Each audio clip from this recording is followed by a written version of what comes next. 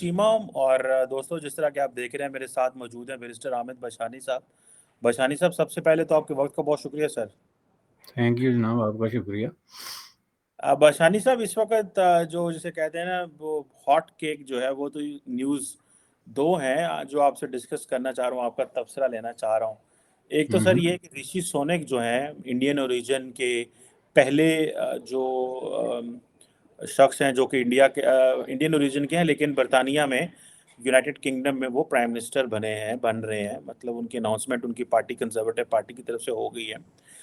Sir, एक तो ये बताएं, आप खुद बाहर रहते हैं, ये कितना मुश्किल करके है जब हम यहाँ पे बैठ के बात करते हैं कि जो वेस्टर्न सोसाइटीज़ हैं वो आपको एक्सेप्ट करती हैं, हम कहते हैं बड़ी लिबरल सोसाइटीज़ हैं। आज का ये जो डिसीजन है कंजर्वेटिव पार्टी का, एक इंडियन ओरिजिन के, एक एशियन ओरिजिन के जो है वो शख्स को अपना वजीर आज़म के तौर पे लेना, आप क्या समझते हैं ये उनकी डाइवर्सिटी है, उनके निज़ाम की मजबूती है? और दूसरा इसमें जो एक क्या एक मैसेज भी है उन लोगों के लिए जो बाहर जाते हैं, वेस्टर्न सोसाइटीज़ में जाते हैं, और अगर आप मेहनत करें तो आप वजीर आज़म भी बन सकते हैं। आप इसको कैसे देखते हैं? आप खुद एक वेस्टर्न सोसाइटी में सर रहते हैं। देखें जी, ये थोड़ा सा डेलिकेट मामला है। ये is not just about western society, बल्कि मैं समझता हूँ कि इसका जो की वर्ड है, बॉटम लाइन है, वो डेमोक्रेसी है। जब हम वेस्टर्न सोसाइटी कहते हैं तो ये एक बड़ा लंबा एक इलाका है जो ये लातिन अमेरिका से शुरू होकर तो यूरोप के एंड तक, ऑस्ट्रेलिया तक चला जाता है। तो इसमें बड़ी डाइवर्सिटी है, तरह तरह के लोग हैं, और बाज़ मुल्कों में तो प्राइम मिनिस्टर तो दूर की बात है, आपको सरकारी महकमे में कोई चपरासी भी रखने की जो है ना वो नहीं सोचता। जिन मुल्कों में ये से हुआ है उसकी जो बरकत है ना, जिसको हम अपनी मजहबी ज़ुबान में कहते हैं बरक़ात, उसकी सबसे बड़ी बरकत जो है वो डेमोक्रेसी है। कि जहाँ पे वेस्टर्निज़्म और डेमोक्रेसी का आपस में जो है ना वो मिक्स अप हुआ, तो उसकी वजह से जो है वो अपॉर्चुनिटीज़ देखें। जो डेमोक्रेसी है इज़ ऑल अबाउट क्या है? डेमोक्रेसी को ज़ाहिर है वो इब्राहिम लिंकन और उन तारीफ़ों में जाने के बजाय सीधा जवाब जो होता है वो यही होता है कि जो आदमी जो सलाहियत रखता है सोसाइटी के अंदर, जितने लोग उसके साथ हो सकते हैं, लोगों को इम्प्रेस कर सकता है, वो अपनी जगह बनाता है। तो ये जो कुछ हुआ है, मैं समझता हूँ कि ये जो है ना, this is history in the making. ये एक बहुत बड़ा वाक़या है, बहुत बड़ा हिस्टोरिकल वाक़या है, और इससे इसमें बहुत सारे लेसन्स हैं। और ये जो है ना बहुत महदूद चंद मुल्क में आपको बता दूँ, जिस तरह यूनाइटेड स्टेट ऑफ अमेरिका है, कनाडा है, ऑस्ट्रेलिया है, ब्रिटेन है, ये इन मुल्कों में है। आप डेमोक्रेसी जो है वो बाकी यूरोप में भी है, लेकिन हर जगह पे आप नहीं सोच सकते कि आप प्राइम मिनिस्टर भी बनेंगे या इवन इलेक्टेड एमपी भी बनेंगे। तो इसके लिए ये चीज़ हमें ज़हन में रखनी चाहिए, क्योंकि लोग इसको कन्फ्यूज़ करते हैं जब हम डेमोक्रेसी को अंडरमाइन करके ना दूसरी चीज़ें गिनना शुरू हो जाते हैं। अब मैंने देखा जी पाकिस्तानी मीडिया हो जी, वहाँ पे मेरिट है, तो मेरिट भी दो, democracy there is no concept of merit. अगर डेमोक्रेसी नहीं है तो मेरिट ऊपर आ ही नहीं सकता। पाकिस्तान में भी सियासतदान जो है वो मेरिट पे बहुत बड़ा जोर देते हैं, लेकिन उनके रवैये इतने गैर जमहूरी हैं, अंदाज इतने गैर जमहूरी हैं कि वो मेरिट का जो है वो कुर्बान गाह पे चढ़ाने वाली बात हो जाती है। इसी तरीके से जो है ना आपकी सलाहियत भी, जिसको हम कहते हैं, और ये भी बहुत बड़ा कीवर्ड है कि जो आपकी कैपेसिटी है, सलाहियत है, जो है एबिलिटी टू डू समथिंग, ये भी जो है ना एक ख़ास माहौल में जो है ना परवान चढ़ती है। ये नहीं है कि आप में सलाहियत है तो आप छलांगे मारना शुरू कर देंगे। पाकिस्तान में 20 करोड़ लोग जो हैं, उनमें हैरत अंगेज़ तौर पे जो है ऐसे लोग भी हैं जिनमें ऐसी-ऐसी करिश्माती और अजीब-ओ-गरीब किस्म की सलाहियतें हैं, लेकिन वो कोई रक्षा चला रहा है, कोई कुछ कर रहा है, चूँकि वो एक ऐसे माहौल से उनका साबका है कि जिसमें सलाहियत की कोई अहमियत नहीं है। वो सलाहियत के साथ फिर दूसरी चीज़ें जुड़ती हैं जो आपके साथ नहीं है तो आप कुछ नहीं है। तो ये जो इस आदमी को एक मौका मिला है, अपॉर्च्युनिटी जिसको वेस्ट में हम कहते हैं, यही तो असल चीज़ है। ये तीसरा कीवर्ड है, इक्वल अपॉर्च्युनिटी। कि अगर वो बोरिस क्या नाम है उसका, ये उसका बोरिस लास्ट जॉनसन। जॉनसन, मैं येल्सन कह रहा हूँ। तो ये जो है अगर उसके मुकाबले में एक भारतीय आदमी जो है वो आगे आया है, तो ये एक इक्वल अपॉर्चुनिटी की ब्रिलियंट ब्रिलियंट 3 एग्जाम्पल जो है उसको समझ के तो ब्रिटिश लोगों को सल्यूट करना चाहिए, उनकी इज्जत करनी चाहिए और उनसे सबक सीखना चाहिए। ऑन द कॉन्ट्ररी आप देखें, इसके साथ मैं कल से देख रहा हूँ जो नेगेटिव चीजें जुड़ रही हैं। आपका जितना सोशल मीडिया है उसमें से 80% जी एशियाई नजाद। भाई एशियाई नजाद कैसे हो गया? कल जो है वो शी जिनपिंग भी इलेक्ट हुआ, आपने नहीं उसके पीछे एशियाई नजाद लगाया, आप कहते हैं चीनी आदमी जो है वो सदर बन गया। तो ये आदमी भारतीय है, let us accept that and this is the truth. तो उसको मेरिट दे भाई, उसको मेरिट दो। अब बात डेमोक्रेसी की भी करते हो, मेरिट की भी करते हो, अपॉर्चुनिटी भी करते हो, और अपना दिल इतना काला है कि ये बात मुंह से निकालते हुए कि भारतीय नहीं ये एशियाई हो गया, क्योंकि उसमें हम भी घुस सकते हैं कि भारतीय के नाम पे एशियाई हो गए तो हम भी घुस सकते हैं, इसलिए बंदा हमारा ही। अब ये चीज देखें, इसको क्या कहते हैं? ये तस्बात, बायस्ड किस्म की ओपिनियंस, वो सड़ियलपन जो होता है, जेलसी, ये सारी चीजें जो है वो इसके साथ जाके जुड़ती हैं। तो उससे फिर आप बंदे को जो है ना वो अंडरमाइन कर रहे हैं, उसकी अचीवमेंट्स को, उसकी चीज़ों को जो है ना वो इस तरीके से मैं समझता हूँ कि देखना चाहिए। तो ये एक बहुत बड़ा जो है वो रिमार्केबल किस्म का जो है ना इवेंट है इस हिसाब से। अच्छा वैसे एक और बात मैं पूछना चाहता हूँ मैं आपसे, ये बहुत सारे जो पाकिस्तानी हैं और मैंने इंडियंस को भी देखा है, ये जब बाहर जाते हैं तो ये अपनी जो ओरिजिन कंट्री है, वो रीजन होता है, ये उसकी सियासत ज़्यादा करते हैं और जहाँ पे रह रहे होते हैं उसकी सियासत नहीं करते, वहाँ पे निज़ाम को नहीं समझते। फॉर एग्जांपल मैं देखता हूँ ये पाकिस्तानियों की मैं मिसाल लूँ तो वो बरतानिया में जाके पीटीआई की शाख बना लेंगे, पीएमएलएन की शाख बना लेंगे। मैं हाल ही में यूएस था, शिकागो था, तो वहाँ पे मैं एक एरिया में गया शिकागो में जिसको आई थिंक दीवान बोलते थे, दीवान स्ट्रीट या कुछ इस तरह करके, जहाँ पे एक हिस्सा जो था वो काफ़ी पाकिस्तानी रह रहे थे, बहुत सारी दुकानें थी, फिर आगे इंडियंस की दुकानें थी और शॉप्स थी, रेस्टोरेंट, होटल्स और सारी चीज़ें थी। तो वो बस वो ऐसे ही लग रहा था जैसे हम एक south Asia mini India Pakistan में हम आ गए हैं। तो वो उधर अपनी सियासी जमातों की शाखें भी खोली हुई हैं। तो हमारे जो लोग हैं वहाँ पे उनके सिस्टम में जाके क्यों, जैसे ये ऋषि ने जाके, सोनक ने वहाँ की जाके जमात में पार्टिसिपेट किया और 42 साल की उम्र में वो वज़ीर आज़म बन गए, यंगेस्ट वज़ीर आज़म है बरतानिया का, यूनाइटेड किंगडम का। 1812 में एक यंगेस्ट तरीन वज़ीर आज़म आया था। तो आप क्यों समझते हैं हमारे लोग क्यों इस तरह वहाँ पे जाके तो उनकी सियासत में जाके पार्टिसिपेट क्यों नहीं करते और अपने मुल्क की जो सियासी जमातें हैं उनकी शाखें खोल लेते हैं वहाँ पे? देखें जी, इसके 2-3 वजूहत हैं। एक तो ये है कि पाकिस्तान में जो मेंटालिटी है ना ओवरऑल सोशल, उसमें ट्राइबलिज्म बहुत ज़्यादा है। एक ट्राइबलिज्म का मतलब वो पुराने कबीले नहीं, बल्कि एक जो जदीद पॉलिटिकल साइंस में जो आप लफ्ज़ इस्तेमाल करते हैं ना, जहाँ पे आप पार्टीज़ को ट्राइब की तरह ट्रीट करते हैं कि आप तहरीक इंसाफ के हैं तो बस तहरीक इंसाफ के हैं, उसके बाद तहरीक इंसाफ आपको उठा के समुद्र में फेंक दे या खुद डूब जाए, आप स्टिल तहरीक इंसाफ के। तो वो उस ट्रांस में जो है वो लोग रहते हैं। एक बात। दूसरी बात ये है कि ये जो मसला है ना, इसको ज़रा दूसरे एंगल से भी देखना चाहिए कि देखें यहाँ अपॉर्चुनिटीज़ हैं, मेरिट्स हैं, सलाहियतें हैं, ये सारी चीज़ें हैं, डेमोक्रेसी है, लेकिन इसके बावजूद अब हर आदमी अपने वो कहते हैं ना हिस्सा बाकदरे जुस्सा जो है वो वसूल करता है। लेकिन एक चीज़ याद रखनी चाहिए कि इसमें भी ये डिपेंड करता है कि आपका जो सोशल स्टेटस है और आपका जो सोशियो इकोनॉमिक स्टेटस है वो क्या है।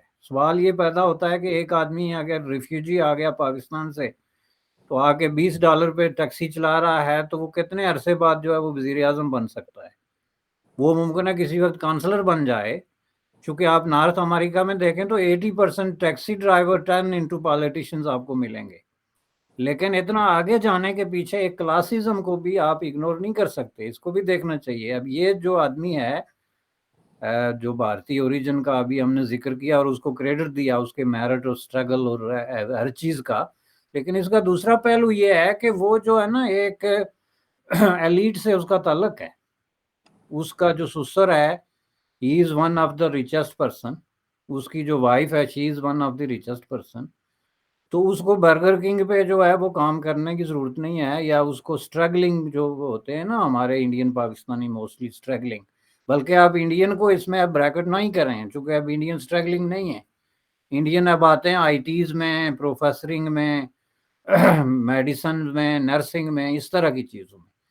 पाकिस्तान से मोस्टली स्ट्रगलिंग लोग जो आते हैं, तो वो फिर आपने जाके आपको गिटोज की ज़रूरत तो पड़ती है ना, क्योंकि आपने एक बस्ती बसानी है, उसमें एक दुकान खोलनी है।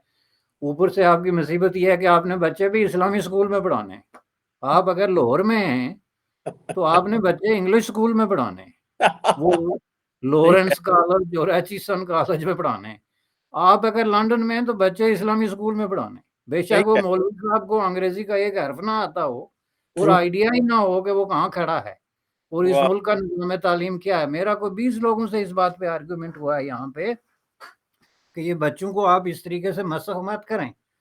ये बच्चे जो हैं ये आप मुकाबला नहीं कर सकेंगे कल जाके तो इस सोसाइटी का, चूँकि इनका बेसिक आपने जो है ना वो एक सिचुएशन ऐसी क्रिएट कर दी कि वो अब ये पाकिस्तान में बहुत म्यारी किस्म के इस्लामी स्कूल है। मैं इस्लाम की बात नहीं कर रहा, लेकिन ये जो इस्लाम के नाम पे यहाँ आटे खुल रहे हैं, उनमें कोई मेरिट और कोई वो म्यार नहीं है। वो जस्ट लोगों की एक नफ्सियाती कैफियत जो है, उससे फ़ायदा उठाने वाली बात है। ये भी फिर लोगों को आइसोलेशन की तरफ ले जाती है। ऊपर से आपकी जो सारी पॉलिटिक्स है, वो मस्जिदों के गिर्द घूमती है, जबकि इंडियंस का ये मामला नहीं है। आपकी पार्टी और मस्जिद तकरीबन एक ही चीज़ है कि आपका जो मौलवी है, वो जिस पार्टी में है, उसी के लोग उस मस्जिद में जाएँगे, वोट माँगने भी वहाँ जाएँगे। तो ये सारे जो बैगेजेस हैं ना, जो आप चीचा वतनी से और फलां जगह से उठा के ले आए, उसको आप छोड़ नहीं सकते। उसके साथ आप चिमटे रहते हैं, जिसके नतीजे में ये होता है कि आप मेनस्ट्रीम पॉलिटिक्स जो है, ये मेनस्ट्रीम पॉलिटिक्स है। अब इस आदमी के 2 मेरिट क्या थे मैं आपको बताता हूँ। एक ये कि वो अमीर तरीन लोगों में शुमार होता है, अमीर तरीन नहीं, अगर नॉट दी रिचेस्ट, लेकिन रिच लोगों में शुमार होता है, जिसकी वजह से उसको ये प्रॉब्लम नहीं कि मैंने चंदा कहाँ देना है और काम कहाँ करना है। और दूसरा उसका जो कंज़र्वेटिविज़्म है, हमारे जो लोग इस सतह के लोग होते हैं ना, वो ज़्यादातर रेडिकल होते हैं। जैसे वो बहुत ज़्यादा प्रोग्रेसिव, जैसे वहीं अब तारक अली किसी से कम नहीं है। Tariq Ali is one of the remarkable person in London. लेकिन ये है कि उसके अपने नज़रिए आते हैं जिनकी बुनियाद पे उसने स्टैंड किया, पूरी ज़िंदगी एक सतह पे स्टैंड किया उसने। तो मुमकिन है कि वो अगर इस तरह की अपॉर्चुनिस्टिक पॉलिटिक्स में चले जाते तो वो भी कुछ बन जाते। अब ये होता है कि देखें, ये बहुत सारे फैक्टर्स इसमें काउंट होते हैं। आप हैं कंज़र्वेटिव, आप रिच हैं, आपके फैमिली रूट्स हैं, आपके सारा मामलात है, तो आपको कौन रोक सकता है प्राइम मिनिस्टर बनने में? अब ये कोई अनहोना वाक़या नहीं है, लेकिन इज़ अ रिमार्केबल थिंग। इसको अंडरमाइन भी नहीं करना चाहिए कि नहीं, नहीं जी वो इंजी बन गया, ऐसी बात नहीं है। This is a very, very big deal. अब बिल्कुल सही कह रहे हैं। अच्छा ब्रिज साहब, एक और बात भी आज आपसे पूछनी है, डिस्कस करनी है, और वो ये है कि प्राइम मिनिस्टर मोदी जो हैं वो गए हुए थे सियाचिन, सॉरी कारगिल। और वो मैंने देखा है कि हर जो दिवाली होती है वो अपने सोल्जर्स के साथ मनाते हैं, और वहाँ पे उन्होंने बड़ी टफ स्टेटमेंट्स पाकिस्तान के हवाले से भी दी। उन्होंने कहा पाकिस्तान के खिलाफ जब भी जंग होती है तो हम जो है वो जो कारगिल में जो झंडा है वो हम ज़रूर लहराते हैं। आप क्या समझते हैं ये जो स्टेटमेंट है ये इन्फ्लेमेटरी स्टेटमेंट है? वैसे तो प्राइम मिनिस्टर मोदी पाकिस्तान के बारे में कोई बात नहीं करते। जब पाकिस्तान के वजीर आजम कहते हैं आए बात करें, आए इंगेज करें, आए डायलॉग करें, लेकिन वो अपने फौजियों के साथ जाके तो पाकिस्तान के बारे में इस तरह की बात करते हैं। तो आप इसको कैसे देखते हैं? क्या ये एक आप समझते हैं ये प्रोवोकेशन है? क्या ये पॉलिटिक्स है? क्या ये नेशनलिज्म है? या क्या आप समझते हैं कि ये उनका एक तरीकाकार है जिसके ज़रिए वो डिफरेंट जो उनके जो रिजल्ट हैं वो लेना चाह रहे हैं इस एक्ट से? आप उनको इस एंगल को, इस पॉलिटिक्स को या इस जेस्चर को दिवाली पे सियाचिन जाना, कारगिल जाने में कैसे देखते हैं? देखें जी, आप अगर जो है वो दिवाली पे सियाचिन या कारगिल जाते हैं, तो डेफिनेटली आप जो है वो सिर्फ बॉलीवुड या इंडियन लिटरेचर या कदीम हिंदुस्तानी तहजीब पे ही बात तो नहीं कर सकते ना। ज़ाहिर है आप फौजियों से डिस्कस कर रहे हैं, पूरा एक मिलिटराइज्ड किस्म का माहौल है, तो उसमें पाकिस्तान का जिक्र ना हो तो ये भी आउट ऑफ प्लेस लगता है। चूंकि सवाल ये पैदा होता है कि ये सियाचिन या कारगिल पे जो फौजें बैठी हुई हैं वो पाकिस्तान की वजह से ही बैठी हुई है ना, वरना वहां पे तो फौज बिठाने का कोई मकसद नहीं। इसी तरह जो पाकिस्तान की फौज अगर वहां कहीं बैठी हुई है या बैठी हुई थी तो वो भी इंडिया की वजह से बैठी हुई थी ना। जो जनरल ज़िया ने कहा था कि वहां तो घास भी नहीं उगती तो हम क्यों वहां पे बैठे। तो ये पूरा एक फौजी मामला है। जहां तक ये बात है कि वो जी देखें, ये पॉलिटिशियन के हर मूव जो होती है ना उसका ताल्लुक उनकी पॉपुलैरिटी और वोट से होता है। इसको उससे डिटैच करके देखा ही नहीं जा सकता। और जाहिर है कि आप इस तरह के त्योहारों में, अब दिवाली या जो भी इस तरह के त्यौहार होते हैं उसमें ज़्यादातर अभी ये एक रिवाज निकल गया है कि हम जो सबसे ज़्यादा हमारे जो मुश्किल में खड़े लोग हैं या इस वतन की धरती के तहफ़्फ़ुज़ के लिए जो है वो उन्होंने सीने ताने हुए, हम भी उनके साथ जाके यकजहती करते हैं। तो ये एक मैसेज जाता है, डेफ़िनेटली एक तरह का जो आपकी पॉपुलैरिटी के ग्राफ में जो है इज़ाफ़ा करता है। ये चूँकि उसके अलावा दिवाली आप तो या मंदिर में जाके बनाएँ या फिर ऐसी जगह पे बनाएँगे तो उसका तो क्या इम्पैक्ट है कि जो आप एक बाकायदा एक फ़ौजी पोस्ट पे जाके, तो मैसेज डेफ़िनेटली जाता है जी। और इस मैसेज के दोनों रास्ते हैं। मैं नहीं समझता कि जो है वो इस तरह के मैसेज को वारमोंगरिंग ही करार दी जा सकती है। इस तरह के मैसेज के दोनों पहलू भी होते हैं, जो लोगों को सोचने पे मजबूर करता है कि भई ये हम लोग किस चक्कर में फँसे हुए हैं। ये इन पहाड़ों पे जहाँ बाकोल आपके घास भी नहीं उगती, यहाँ पे हमने क्यों अपने लोगों को जो है वो सूली पे चढ़ाया हुआ है? क्या हमारे जो मफादात हैं, जो मामलात हैं, उनको हम डिस्कस नहीं कर सकते और इन चीज़ों को हम रिज़ॉल्व नहीं कर सकते? मैसेज का दूसरा पहलू भी है ना, फ्लिप करके अगर आप देखें। तो इस हवाले से मैं समझता हूँ कि इसकी दोनों शक्लें, इससे ये भी हाइलाइट होता है ना कि ये जो पीस प्रोसेस है, जो इंडियन सब कॉन्टिनेंट में क्वेश्चन ऑफ पीस एंड वार है, उसको रिविज़िट करने की ज़रूरत है और उसको रिविज़िट किए बगैर आपको ज़्यादा आगे नहीं जा सकते। बिल्कुल सही है, ये बात तो सही है कि ये जो क्वेश्चन है और वहाँ पे बैठी हुई जो फ़ौजें हैं वो बैठी तो ज़ाहिर बात है पाकिस्तान के लिए हैं और हमारी फ़ौजें जो हैं वो उनके लिए बैठी हुई हैं और इससे ज़ाहिर बात है एक जो इम्प्रेशन जाता है वो तो उनको वहीं पे वही बात करनी पड़ेगी। ब्रिस साहब एक और बात भी इंडिया के हवाले से अक्सर होती है कि क्योंकि सवाल ये कनेक्ट हो गया है कि अक्सर जो प्राइम मिनिस्टर मोदी हैं वो भारत की जो फ़ौज है उसका को पॉलिटिकल पर्पसेस के लिए भी इस्तेमाल करते हैं। पाकिस्तान में सर्जिकल स्ट्राइक कर देना या दूसरा जो है इलेक्शन कैंपेन में फ़ौजियों की तस्वीरें जो हैं वो लहराई जाती हैं बीजेपी के लोग। आप क्या समझ आपने ये कोई ट्रेंड कभी नोटिस किया है इंडियन पॉलिटिक्स में? या क्या आप समझते हैं कि जो फ़ौज का जो इस्तेमाल है वो या फ़ौज को तारीफ़ करना या उनको एक रिस्पेक्ट देना या उनको ज़िक्र करना is a part of the politics in our societies या इवन इवन वेस्टर्न सोसाइटीज़ में भी? नहीं, बिल्कुल नहीं है जी, वेस्टर्न सोसाइटीज़ में नहीं है और डेमोक्रेसीज़ में नहीं है। क्योंकि हमने पहले भी ज़िक्र किया कि डेमोक्रेसीज़ के अपने जो है ना वो मेरिट्स होते हैं जिसमें आप वो चीज़ें डिस्कस करते हैं जो उससे रिलेटेड हैं। अनफॉर्च्यूनेटली ये गुज़श्ता 3-4 सालों के दौरान वो जो कुछ हुए थे वाक़यात, इंडिया वर्सेस पाकिस्तान, तो उसमें जो है वो ये मिलिटराइज़ेशन का जो कॉन्सेप्ट और जो तसव्वुर है वो ये बहुत आगे चला गया। जिसमें कि ये बिल्कुल एक डोमिनेटिंग फैक्टर बन गया कि वो जी हम घुस के मारेंगे, हमने घुस के मार दिया, हम वहाँ से पकड़ के ले आएँगे, फलाँ कर देंगे। तो ये जब आप इस तरह की एक सिचुएशन क्रिएट कर देते हैं जिसके अंदर के ताकत का इस्तेमाल जो है वो आखिरी सॉल्यूशन होता है, तो उसमें फिर वही लोग आपको हीरो बना के पेश करने पड़ते हैं जो ताकत का इस्तेमाल कर रहे हैं और कर सकते हैं। और ज़ाहिर है उसके लिए मिलिट्री होती है और ये चूँकि इस मकसद के लिए तैयार होती है। तो मैं नहीं समझता कि इसको ओवरडू किया जा रहा है। ओवरडू किसको किया जा रहा है? वो है tension between India and Pakistan. ये जस्ट उसकी रिफ्लेक्शन है। चूँकि आप अगर टेंशन को ओवरडू करेंगे बिटवीन इंडिया एंड पाकिस्तान, तो फिर आपको सिंबल के तौर पे जो है फौजी पेश करने पड़ेंगे ना। फिर आप बॉलीवुड के किसी स्टार को जो है वो तो नहीं पेश कर सकते कि ये जनाब माधुरी दीक्षित या वो जो नई लड़की है आजकल बहुत मशहूर है, उस तरह की तो नहीं पेश कर सकते क्योंकि आप जंग की बात कर रहे हैं, आप अमन या मोहब्बत की बात तो नहीं कर रहे। तो जब आप अमन या मोहब्बत की बात नहीं करेंगे, तो उस सूरत में फिर आपको इसी तरह की जो है वो एक जो है ना सिंबल, उसको सामने लाना पड़ता है। ये बिल्कुल वैसे लड़की आलिया भट्ट में कह रहा था कि आप हाँ इस तरह का कैरेक्टर तो नहीं पेश कर सकते, उसके लिए ज़ाहिर है आपको फिर एक मस्कुलिन किस्म की पावरफुल कुव्वत जो है उसको पेश करना पड़ेगा। बिल्कुल ठीक कह रहे हैं। Thank you very much barrister Ahmad Bashani साहब, it was a thank you, wonderful आपका टॉक। शुक्रिया जनाब, थैंक यू।